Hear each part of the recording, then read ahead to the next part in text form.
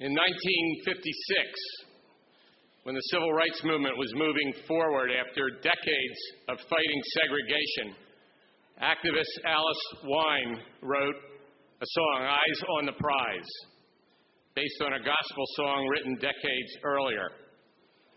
A few years ago, Bruce Springsteen popularized it again in a recording with Pete Seeger, and it seemed like a good way to start today.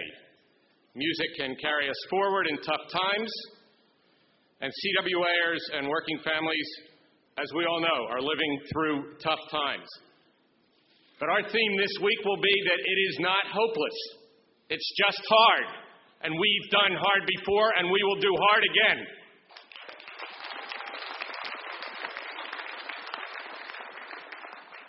As the song goes, we have to hold on, keep moving. And now, singer-songwriter Cy Khan and educator and performer Elise Bryant will sing it for us. Cy has been, give him a hand.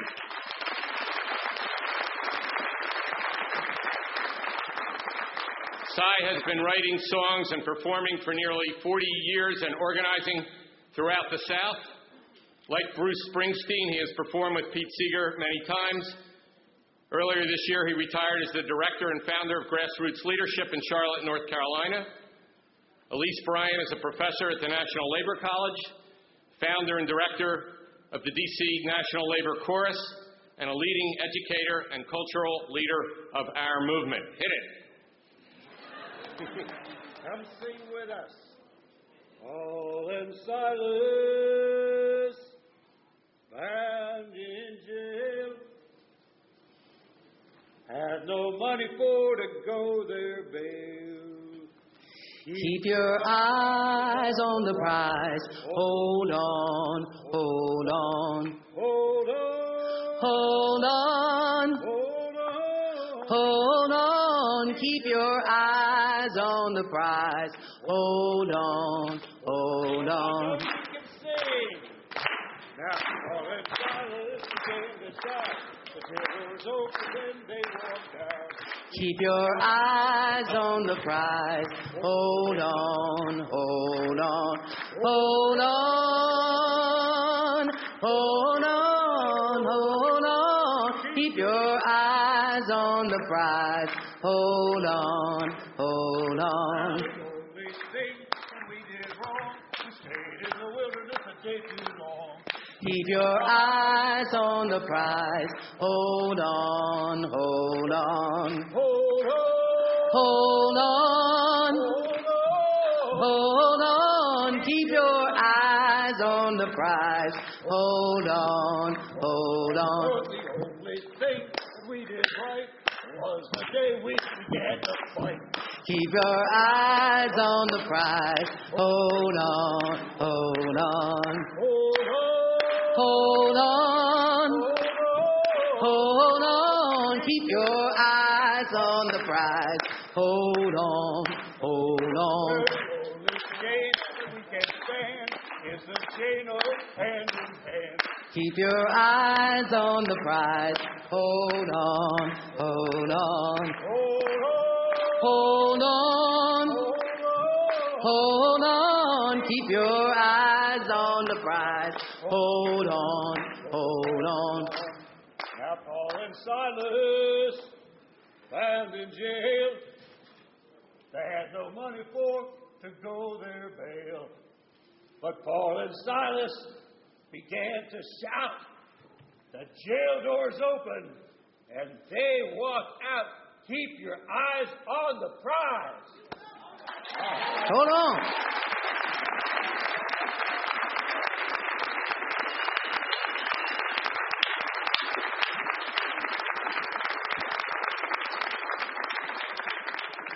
Okay, that's what we're doing this week, right? Eyes on the prize.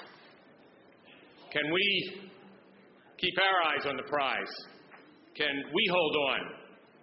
Holding on to our values, yet embracing change, holding on to our union and our movement at this critical and difficult time. And before I get into this, I just want everybody to join me in welcoming our President Emeritus, Morty Barr.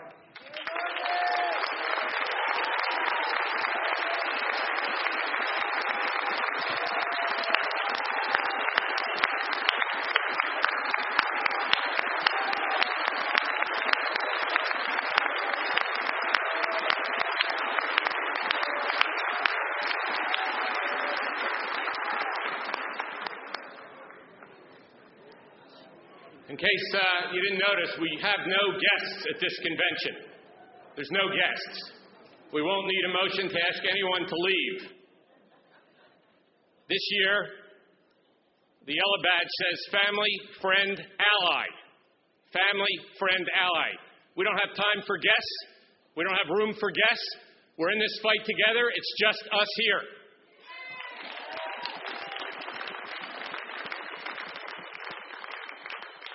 We're here working for unity inside our union with patience and tolerance, solidarity and love. There are no easy answers in times like these. Whether we're bargaining contracts, organizing, or fighting for political change, we need to take risks.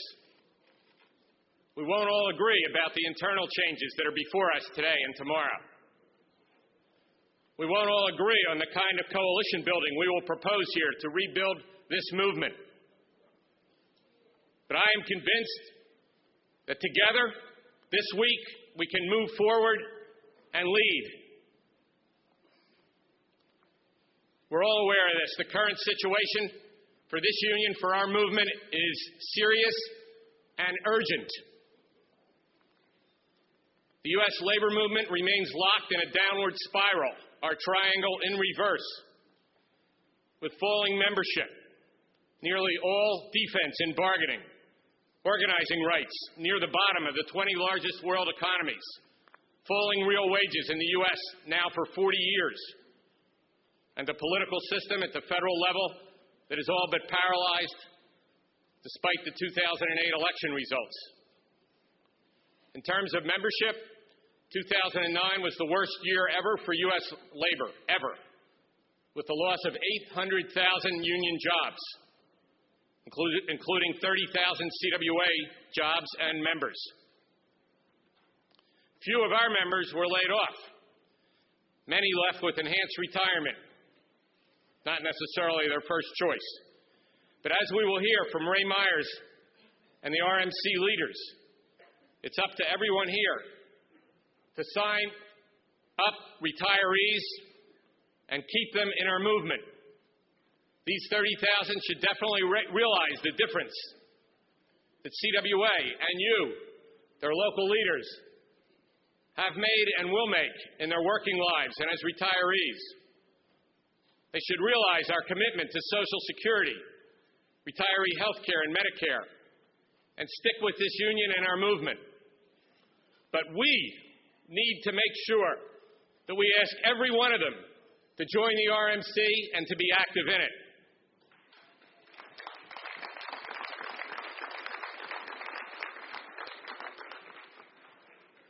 As we all know, corporate power measured in every way is at an all-time high. The wage gap between management and frontline workers in the United States is typically 500 times and accepted by most. The political power of the Chamber of Commerce and the Business Roundtable has never been greater, with total control on economic issues in the Republican Party and huge influence among nearly all Democrats as well. There remains a difference well worth voting for, but there is no path right now for any relief for us in bargaining and organizing rights, and the economic reform to date has been minimal. Now, some in our movement are in denial of the scale of this crisis, and we do not have a unified labor movement despite our efforts. At our convention last year, we had the NEA and AFT presidents speaking together and working together for labor unity. Yet in the years since then, labor unity has not progressed. Now, the White House has made a difference in other ways, not on bargaining and organizing rights, but in other ways, including health care, saving the car industry, green job initiatives, and good appointments to labor jobs of all types. The Department of Labor, and last year we heard from Secretary Solis, is now filled with assistants to Secretary Solis, who support us up and down the line, including OSHA, health and safety, enforcement of wage and hour, new policy initiatives aimed at so-called independent contractors, and federal procurement policy. And then, as most of us know, as a result of the President's appointment of Linda Pachala, former AFA President, to the National Mediation Board,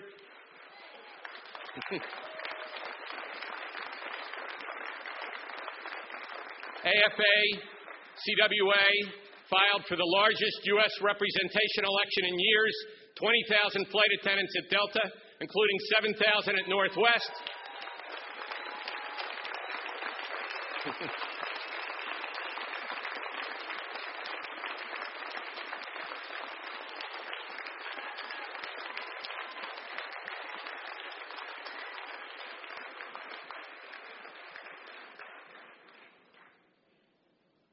And CWA has filed only 10 days ago for 3,000 customer service workers at Piedmont Airlines and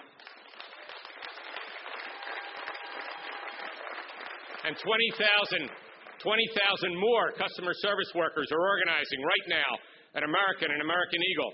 All of this possible just with the rule change that Pachala supported, that those not voting in representation elections, if they don't vote, their vote doesn't count.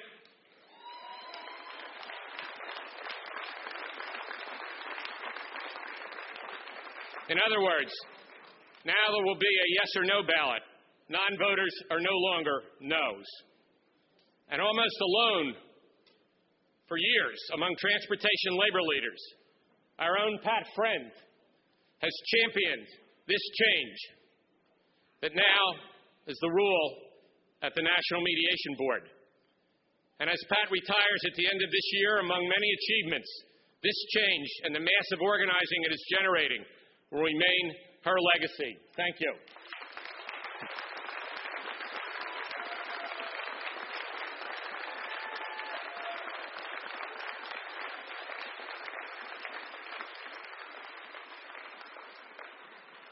All of us in CWA, flight attendants, customer service, organizers, staff, and local leaders are working together to help create a breakthrough that can encourage more organizing in airlines and in other sectors.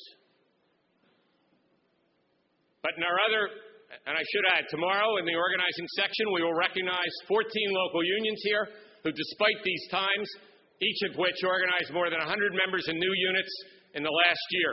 So it's hard, but it's not hopeless.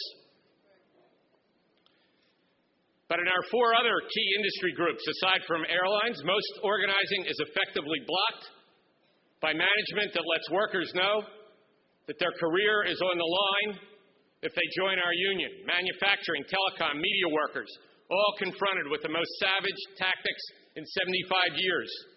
This kind of union busting is now nearly universal. Most of you will remember last year we had Barbara Elliott speak to this convention right before we won a representation election at her Xerox Customer Service Center in Staten Island, New York, with wonderful support from Local 1102.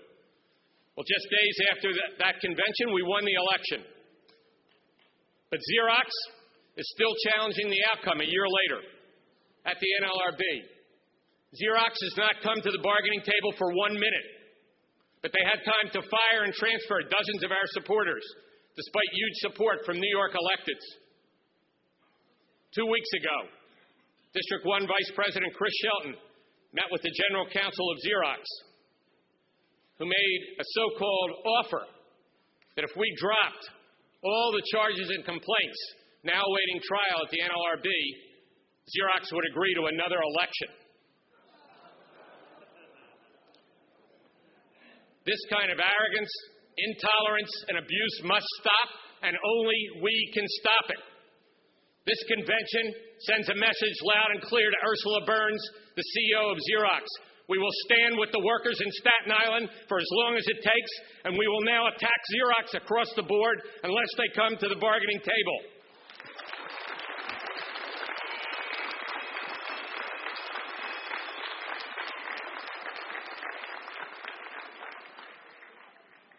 Tomorrow, you will hear from two amazing leaders from Verdi, the largest union in Germany and the world, more than 2 million strong.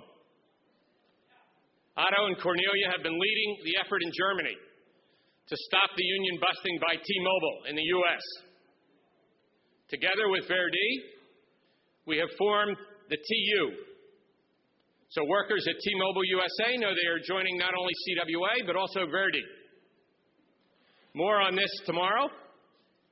But despite this united effort, T-Mobile USA management and their Deutsche Telekom parent persist in a total effort to block any union recognition in the U.S.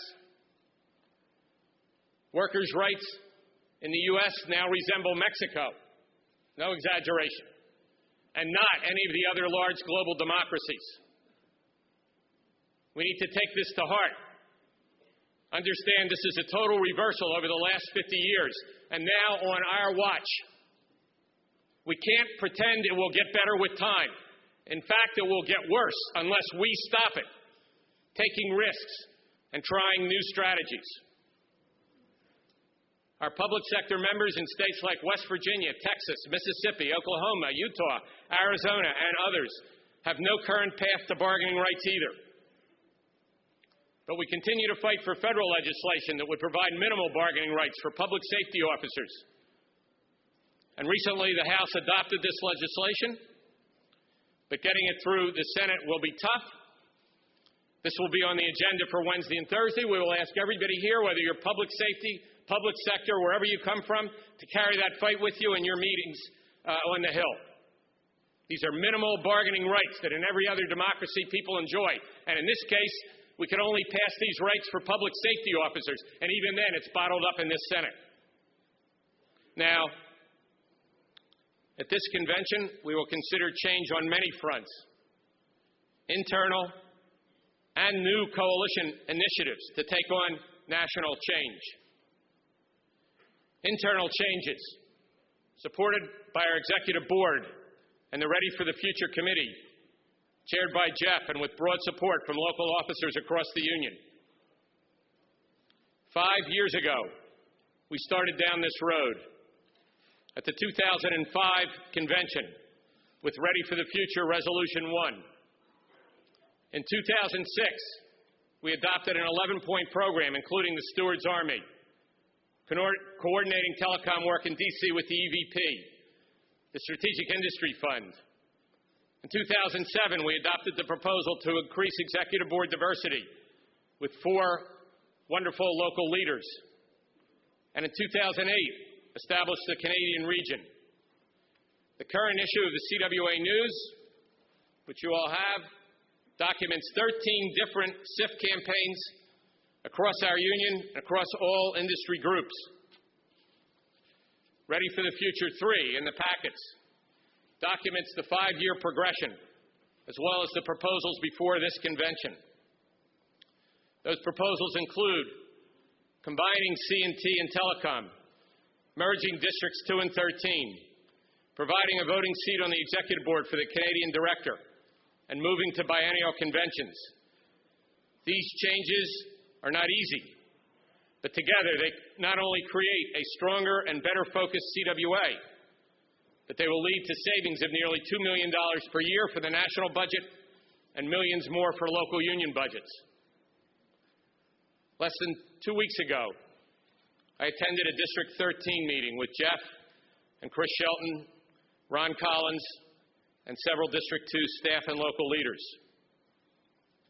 4 District 13 locals that had joined CWA more than 25 years ago, when they were all independent local unions, not local unions really, but telecom unions, independent on their own in Delaware and Pennsylvania. And on July 15th, all 4 of these locals signed modifications of their merger agreements that had created District 13 and now supported merging with District 2 to create a combined district, stronger together, with nearly 50,000 members. I would ask that the delegates from locals 13,000, 13,500, 13,100, and 13,101 please stand.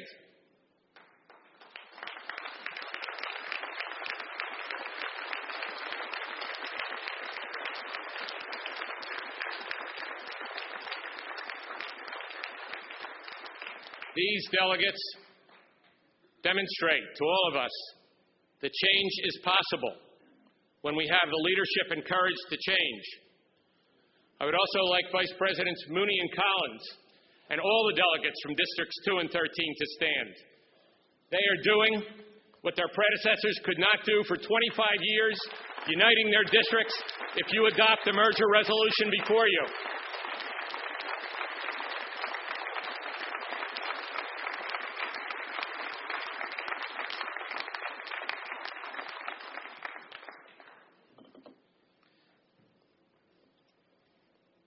I congratulate Ron, Ed, and the officers in both districts for their leadership, as well as Ralph Maley and Jimmy Gerganis and our telecom and CMT locals who have worked on uniting for the past year. Change is not easy. It doesn't fall from the sky like the rain. We have to work for it inside our union and fight for it outside, where unfortunately management, the Chamber of Commerce, and their political allies are lined up against us. We need to drive home the point that this convention will not compromise our transparency, our openness, and our democracy. But at the same time, we need to move precious resources to balance our budget and rebuild union power in CWA and across our movement. New coalition action is critical for rebuilding our movement. With 7% bargaining coverage in the private sector, labor alone cannot move our agenda. Fortunately, others pushing for change realize they need partners as well. At this convention, we will hear from the NAACP, the Sierra Club, Blue Green Alliance, and other key progressive groups with millions of members. Civil rights and immigrant rights groups are working together under the banner of One Nation, and you have the poster. Under the banner of One Nation, and our board has endorsed and joined along with the AFL-CIO. Resolution 1 before you supports One Nation. Some will see this as a massive march on Washington on October 2nd, as important as that will be in demonstrating that we can mobilize far better than any Tea Party. For us, One Nation is a reset of our political agenda, and a reset not only for us, but for our key partners for change. Labor itself, even if we were united, cannot accomplish the agenda before us. For example, this convention will consider a resolution to support a massive campaign to change the Senate rules, including limiting or eliminating the filibuster.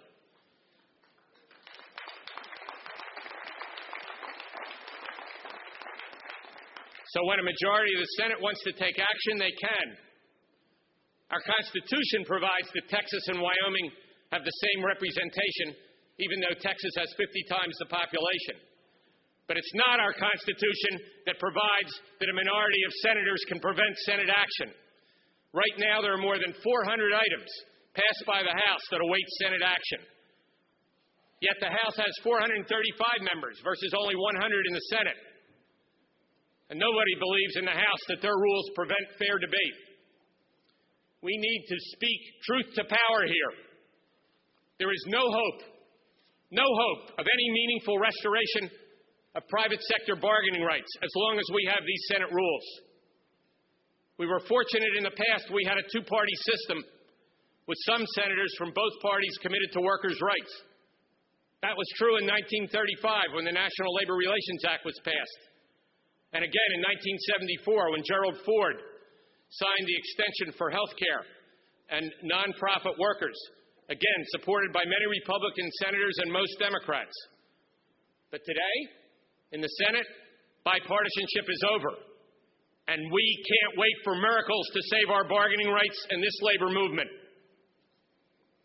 The Senate of Cicero in ancient Rome depended on every senator agreeing to end debate before a vote could be held.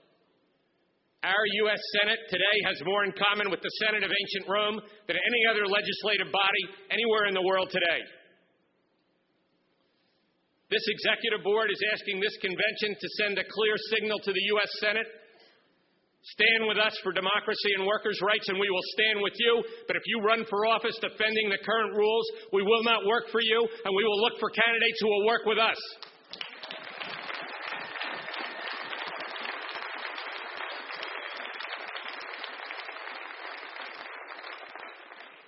Led by our locals in Arkansas, CWA, other unions, and progressive groups took a stand in the Senate Democratic primary this year, supporting Lieutenant Governor Bill Halter in his campaign against incumbent Democrat Senator Blanche Lincoln. There were many reasons, including Lincoln's refusal to support a floor vote on even the compromised version of Employee Free Choice Act, her opposition to the White House effort to save the U.S. car industry, her opposition to the public option on health care reform, her vote against final passage on health care, which reduced the excise tax on our plans and increased financial aid for college students. Meanwhile, the Chamber of Commerce made her a hero for her refusal to support cloture on any version of employee free choice, and for her opposing cloture on NLRB nominee Craig Becker, and raised $5 million for her campaign. Bill Halter was prepared to take her on and give up a safe re-election as lieutenant governor. District 6 and our Arkansas leaders said, let's do it. We've had it with Senator Lincoln. We hosted a meeting at CWA here in D.C. where progressive unions committed to support Bill's campaign. And later, Sierra Club, Move On, NAACP, and many others joined us. Bill Halter forced a runoff and then lost the runoff by a narrow margin as the entire Democratic establishment, from Senate leaders to the White House and former President Clinton, campaigned for Lincoln. But led by CWA Arkansans and other working families, we sent a clear message to Senator Lincoln and others. We are an independent political movement that focuses on the rights of working families.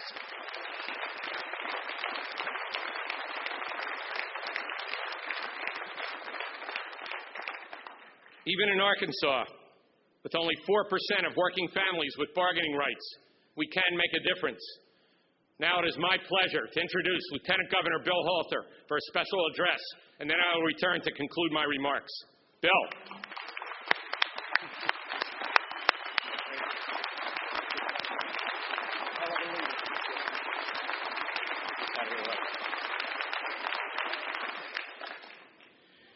I want to take this opportunity to express to you my profound gratitude.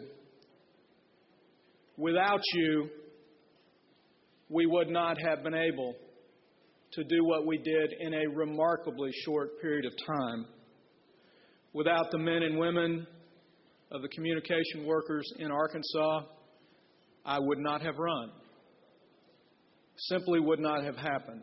I want to thank Andy Milburn and all of the folks here from Arkansas for their support. I am very grateful.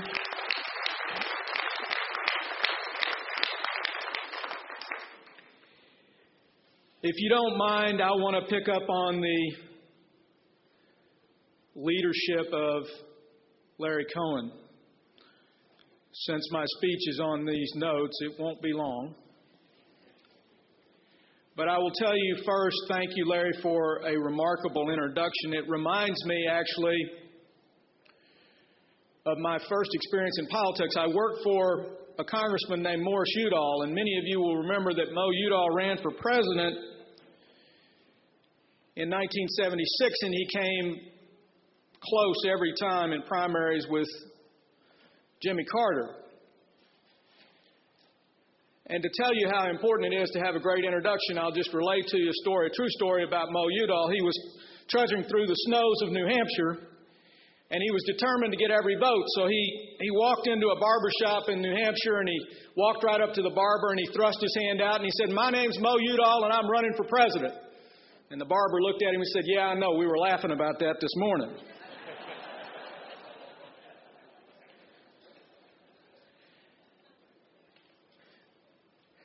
I want to tell you it's important what you have done. At no time in American history am I aware of a statewide campaign that in a short period of time, 77 days, did the following. went up against an incumbent United States Senator, a chairman of a committee, there for 16 years, had every bit of support, as President Cohen mentioned. But in 77 days, due to your effort, over 80,000 individuals from around the country contributed. We went from a candidacy that most folks discarded or didn't think was going to work to immediately being credible, and 77 days later, due to the results of the leadership of Larry Cohen and others, we were able to force a runoff. And then, in 21 days, we're able to take it right up to the brink. I ran because I believe that to be a Democrat should mean something. At our best,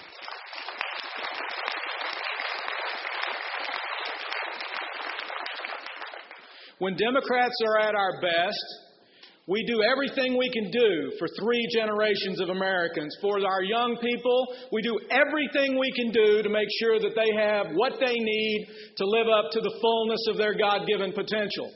For our retirees, we do everything we can do to make sure that those who have given so much will have the ability to retire with income security and health security. And for our working generation, what Democrats do is we make sure that they have a level playing field to compete on. Because when we have a level playing field, American workers can compete and win in the 21st century economy. That's what this is about. Now, President Cohen mentioned the importance of coalitions. With his leadership and others, progressive elements were drawn together from all across our country. And you sent a signal that unless you stand up for the base of the Democratic Party, you can't rely upon that support in an election. And I promise that will have an impact on the actions of elected officials and Democrats. Hard, but not hopeless. Hard, but not hopeless. I was born in 1960 in Little Rock, Arkansas. 3 years before my birth, troops were called out to enforce the right for 9 African American students to get an equal education. Hard, but not hopeless. Because today, in that same district, I will tell you that the Democratic nominee for Congress from that district is an African American woman. That's how far we have come.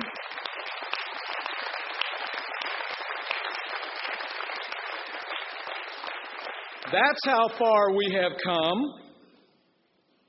Hard, but not hopeless. Now, I will admit to you, it was hard. When Larry Cohen and I both started this adventure, we were both 6'4", and look at us now.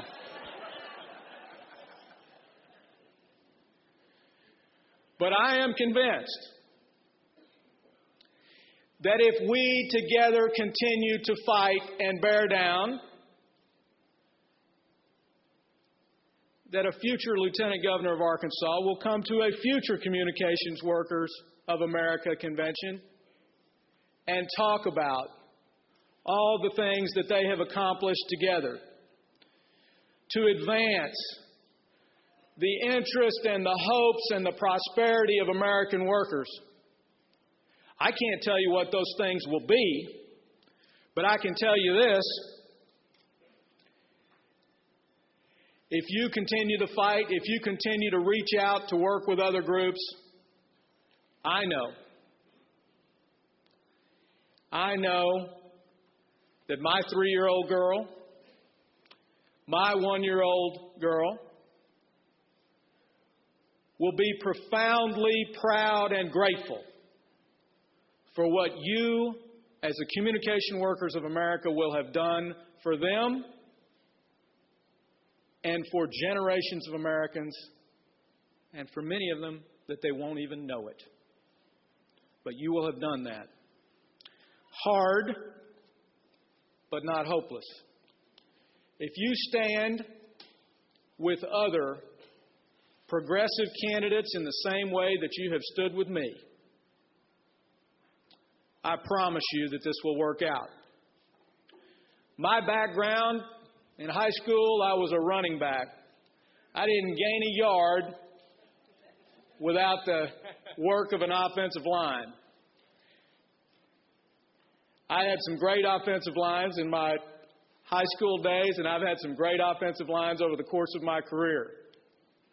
But I promise you this, I've never, ever had a better offensive line than the Communication Workers of America and all of the folks that gathered here together. And in the future, if you go out and do what you're capable of doing, and you can get a running back to run for you who's just a little bit bigger and a little bit faster, I guarantee you you're going to have the success that you deserve. Thank you for honoring me today. I'm very grateful to be with you. That was great.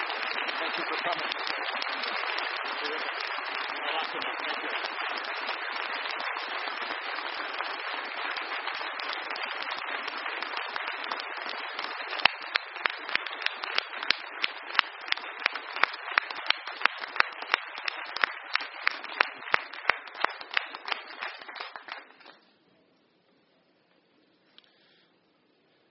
I know that Bill will continue to be our partner as we fight for change in Arkansas and across the country. I wanted him to be part of this opening exactly as he put it. It's hard but not hopeless. We're not going to win all the time. It's not about rooting in our favorite team. It's about resetting what we do inside this union, inside every local. And then as we will focus on it much of the next 4 days, building the kind of coalition that can mobilize the majority in this country and bring us the change we voted for in 2008. And there's many different examples of this.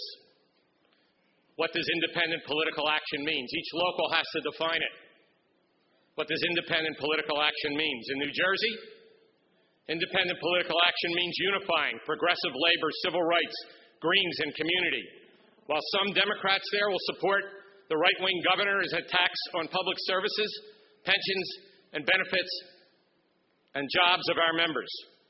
Independent political action.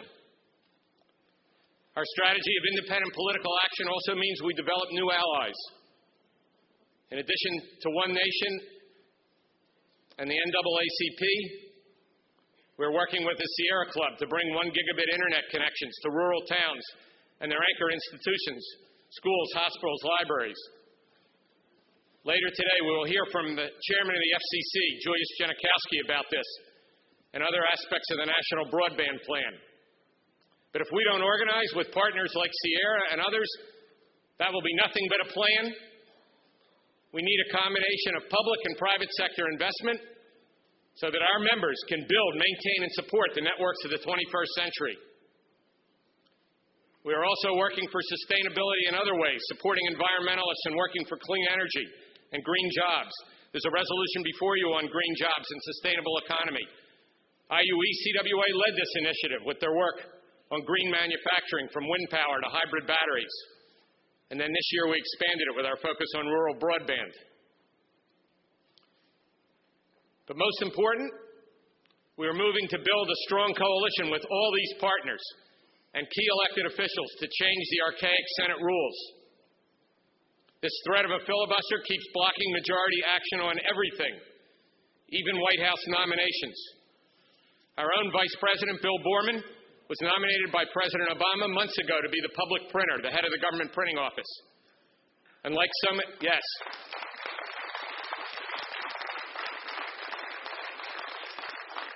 And like so many nominees, one Republican senator has thus far held up his confirmation.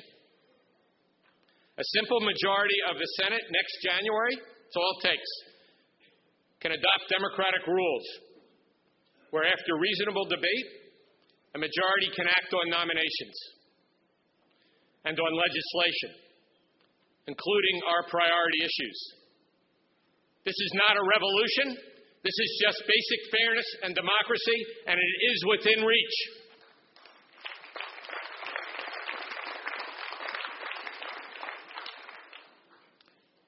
Some of our members and leaders may argue against this ambitious agenda, but with your leadership in every industry group, we can make it clear that if we are not ambitious, if we don't aim higher, our bargaining rights may not survive.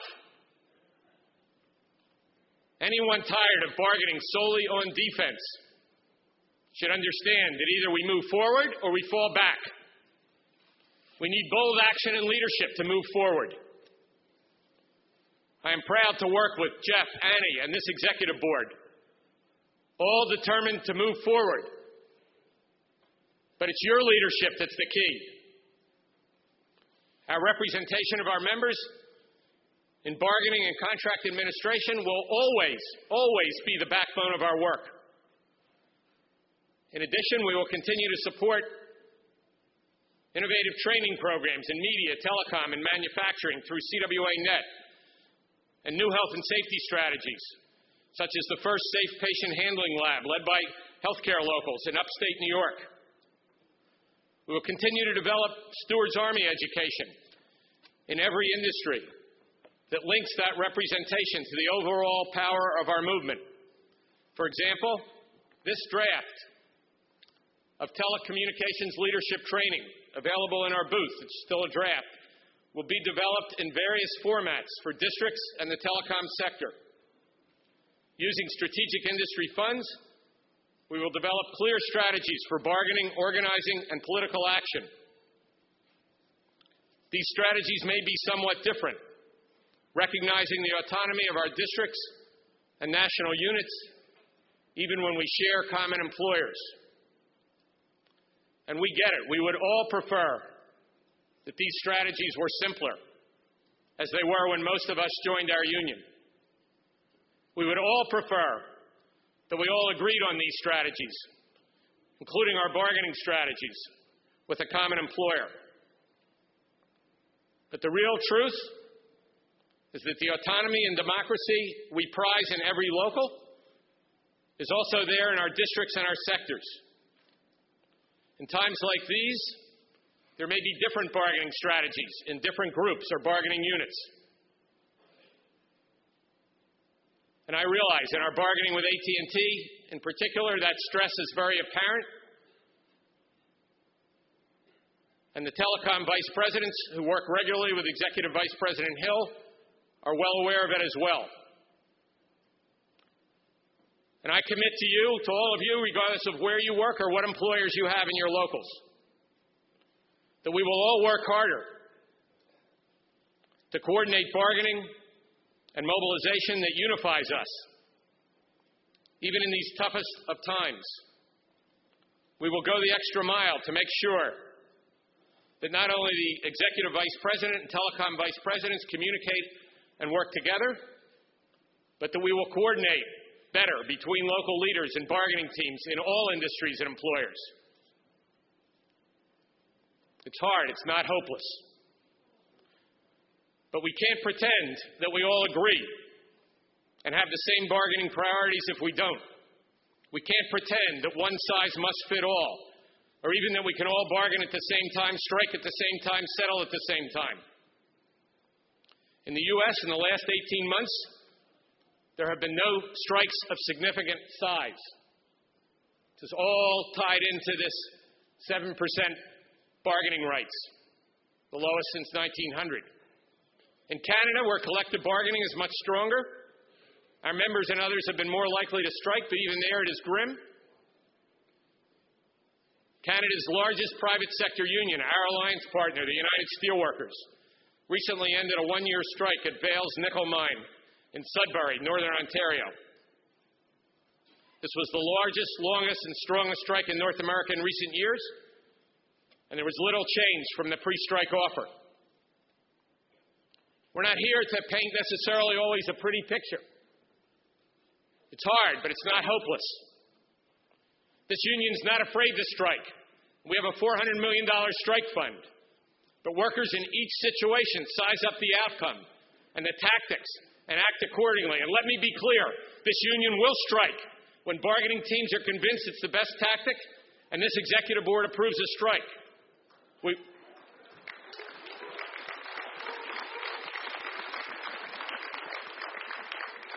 will also use all available tactics to secure the best agreements for as long as it takes. Our bargaining at Reuters News Service, in Connecticut at AT&T, throughout the airline industry, in New Jersey for public workers, or at NBC, all demonstrate that we will bargain and fight and work for as long as it takes and use the tactics that make sense to our leaders and our members. Now, nothing we do would be possible without the incredible work of the CWA staff. Some of them are here today, and I would like them all to stand. CWA staff, stand up. One's up here as well. Stand up.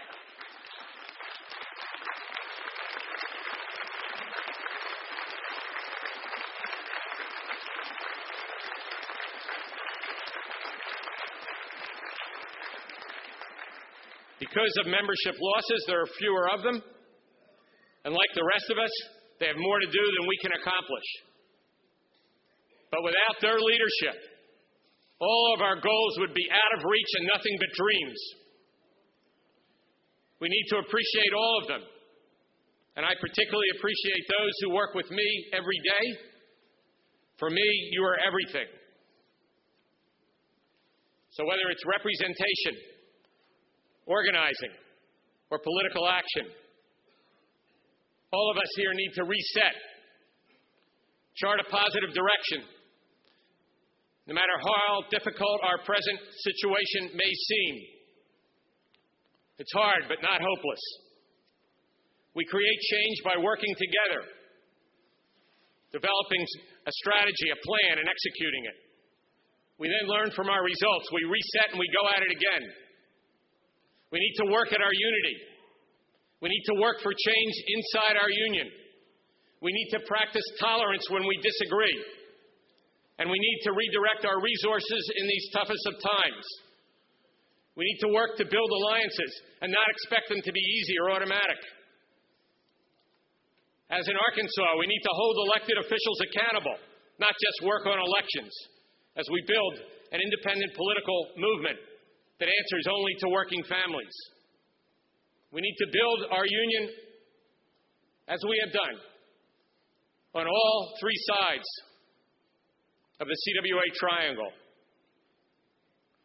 All of this will be hard, very hard, but not hopeless, and we've done hard before. Let's keep our eye on the prize and hold on. Solidarity.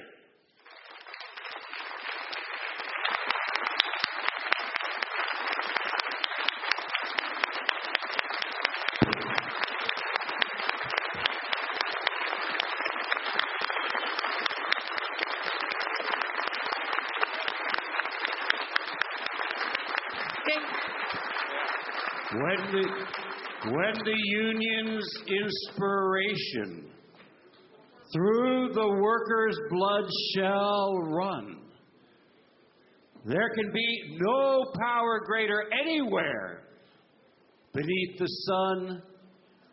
But what force on earth is weaker than the feeble strength of one? But the union makes us strong. It is we who plowed the prairies, built the cities where they trade, dug the mines and built the workshops. Endless miles of railroad laid, now we stand outcast and starving midst the wonders we have made. But the union makes us strong. They have taken untold millions that they never toiled to earn. But without our brain and muscle, not a single wheel would turn. We can break their haughty power, gain our freedom when we learn that the union makes us strong. In our hands is placed a power greater than their hoarded gold, greater than the might of armies, magnified 1,000-fold. We can bring to birth a new world from the ashes of the old, for the union makes us strong. When the union's inspiration through the workers' blood shall run, there can be no power greater anywhere beneath the sun. Yet what force on earth is weaker than the feeble strength of one?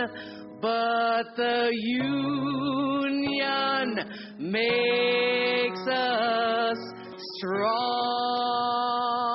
And that's why we sing solidarity forever. Sing with us. Solidarity forever. Solidarity forever. For the union makes us strong. They have taken untold millions that they never toiled to earn. But without our brain and muscle, not a single wheel would turn. We can break their haughty power, gain our freedom when we learn that the union makes us strong. You can stand up and sing it. Solidarity forever. Solidarity forever. Solidarity forever. For the union makes us strong.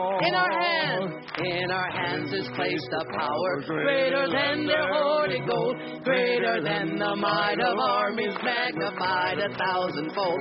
We can bring to birth a new world from the ashes of the old, for the union makes us strong. All the way in the back of the room, I want to hear you. Solidarity forever. Everybody CWA. Solidarity forever. Each and every day. Solidarity forever, for the union makes us strong. Yes! Thank you. Thank you. Thank you. Thank you, Brother Cohen. Thank you, Cy Khan.